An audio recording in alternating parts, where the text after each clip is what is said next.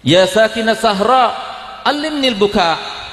Wahai orang yang tinggal di atas gurun pasir, ajari aku bagaimana menangis. Wa zikruka ansani jami'al masaibi. Setiap aku mengingatmu wahai Nabi, semua musibah terasa ringan. Idza kunta anni fit turabi maghibah. Kalau seumpama engkau sekarang berada di bawah tanah, aku tidak bisa melihatmu. Fama anta an qalbil hazini.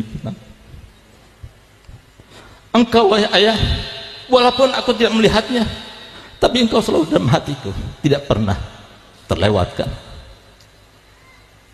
Di saat itulah beliau berkata kepada Imam Ali, wahai Ali, semalam ayahku telah datang kepadaku dan dia berkata padaku, wahai Fatimah, sudah lama aku tidak berjumpa denganmu, sudah lama aku tidak memelukmu. Hari ini adalah waktunya engkau kembali kepadaku dan aku memelukmu. Maka Sayyidina Ali meneteskan air mata dan dia berkata begini kepadanya, wahai Fatimah, tolong kalau engkau nanti berjumpa dengan ayahmu, maka sampaikan 3 pesanku ini. Pesan yang pertama, sampaikan salamku kepadanya dan beritahukan kepadanya bahwa aku rindu kepadanya. Pesan kedua, kalau engkau tidak ridho kepadaku, kalau engkau tidak puas kepadaku, karena aku adalah seorang yang miskin tidak punya, jangan kau adukan kepada ayahmu. Yang ketiga, kalau nanti di padang mahsyar engkau melihat aku sedang ditarik oleh malaikat Zabaniyah, tolong selamatkan aku. Maka kemudian oleh Sayyidatina Fatimah dipeluknya Imam Ali. Maka gantian Imam Ali diperdengarkan suaranya dengan Sayyidatina Fatimah berkata, kalau begitu ya Ali, aku juga berpesan padamu 3 hal. Kalau nanti aku meninggal dunia, engkau yang memandikan aku sendiri, engkau yang mengkafani aku sendiri, dan engkau yang menguburkan aku sendiri. Nanti kalau aku meninggal dunia, ingatlah setiap orang yang dalam keadaan asing, tidak ada keluarga. Ingatlah para yatim piatu. Ingatlah mereka yang masih muda-muda itu yang perlu kasih sayang. Ingatlah mereka sebagaimana engkau akan mengingatku nanti setelah aku meninggal. Yang ketiga, ketika engkau menguburkan aku, ambillah tasku itu. Di dalam tas itu ada sebuah secari kertas. Letakkan dalam kafanku, makamkan aku bersamanya. Sehingga Imam Ali berkata, apa yang tertulis dalam kertas itu wahai Fatimah? Rahasia, demi Allah aku mohon kepadamu, beritahukan kepadaku apa yang tertulis dalam kertas itu wahai Fatimah.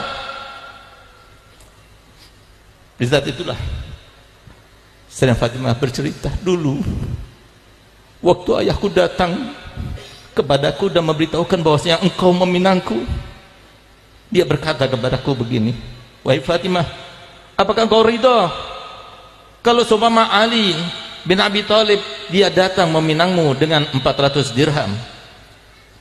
Aku katakan kepada ayahku, raditu aliyan walam ardo bil mahar. Aku ridho dengan Ali, tak bekerja ridho dengan mahar. Sekelas aku cuma maharnya 400 dirham, aku tidak ridho Rasulullah. Saat itulah kemudian Jibril datang kepada Nabi Muhammad, katakan wahai Muhammad kepada Fatimah bahwasanya Allah telah berkata, surga terbaik dan semua isinya untuk Fatimah Zahra sebagai mahar Ali bin Abi Thalib untuk Sayyidah Fatimah. Apa kata Sayyidah Fatimah? Saya sampaikan Nabi Muhammad, la arda, aku tidak ridha. Lalu kemudian Sayyidina Jibril berkata kepada Nabi Muhammad, tanyakan kepadanya apa yang dia minta. Maka kemudian Sayyidah Fatimah mengatakan, aku meminta maharku adalah syafaat untuk umatnya Nabi Muhammad sallallahu alaihi wasallam.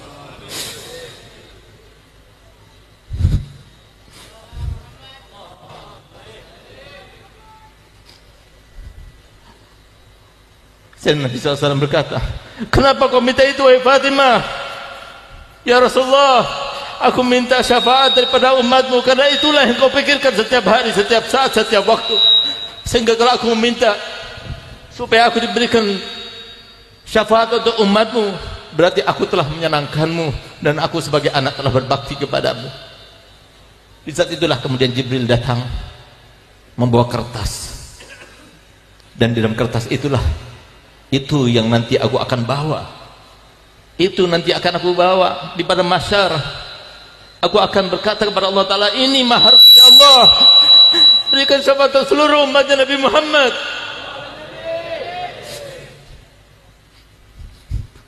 Sehingga Nabi Muhammad tahu, lihat bagaimana pengorbanan putrinya, bagaimana pengorbanan para cucu-cucunya, yang ketika mereka dizalimi, seandainya mereka mengangkat tangannya, pasti Allah mengabulkannya. Mereka tidak meminta itu. Sayyidina Husain radhiyallahu anhu warḍah, di saat beliau tinggal seorang, hanya bersama Sayyidina Ali Zainal Abidin, ketika melawan 3.000 orang lebih, beliau tidak gentar. Tetap beliau bawa pisaunya, beliau bawa pedangnya di depan mereka. Tapi di saat beliau memandang mereka semuanya, beliau meneteskan air mata. Di mana air mata itu? Ketika menetes tampak kepada Sayyidatuna Zainab, saudaranya. Keluar Sayyidatuna Zainab, berlari dari kemahnya, mendekat pada Husain. Ya Husain, di depan mereka kau menangis. Engkau adalah anaknya Ali, engkau adalah anaknya Fatimah. Engkau menangis di depan mereka. Engkau takut pada pedang mereka, engkau takut pada kematian. Maka Sayyidatuna Husain berkata, wahai adikku, demi Allah, aku tidak pernah takut kepada kematian, aku tidak pernah takut pada pedang-pedang mereka, tapi aku menangis karena aku melihat di wajah-wajah mereka, aku menampak kepadaku ya Allah dari wajah-wajah mereka api neraka yang siap melahap mereka, karena mereka telah memerangi salah satu cucu daripada Nabi Muhammad SAW. Karenanya aku menangis. Kalau seumpama kematian tidak ada di dalam ketakutanku, demi Allah wahai Zainab, aku siap menghadap kepada kakekku, karena semalam aku bermimpi datukku Nabi Muhammad, dan dia berkata kepadaku, Husain, hari inilah waktunya engkau berbuka bersamaku di surga. Nabi Muhammad tahu kenapa cucunya itu begitu diingat-ingat. Uzakirukumullah fi ahli baiti, aku ingatkan kalian semua termasuk terkait dengan anak cucuku. Kenapa? Karena Nabi Muhammad tahu ketika datang iblis kepada Nabi Muhammad, lalu iblis itu berkata, aku datang kepadamu wahai Muhammad dalam keadaan terpaksa. Nabi Muhammad tidak langsung meresponnya, tapi Nabi Muhammad bertanya kepada Jibril, kenapa iblis itu datang kepadaku? Dan dia berkata seperti itu, ya Rasulullah, tidak ada seorang nabi pun dan rasul pun yang didatangi oleh iblis kecuali dengan maksud dan tujuan untuk menjerumuskannya ke dalam dosa demi dosa, kecuali engkau.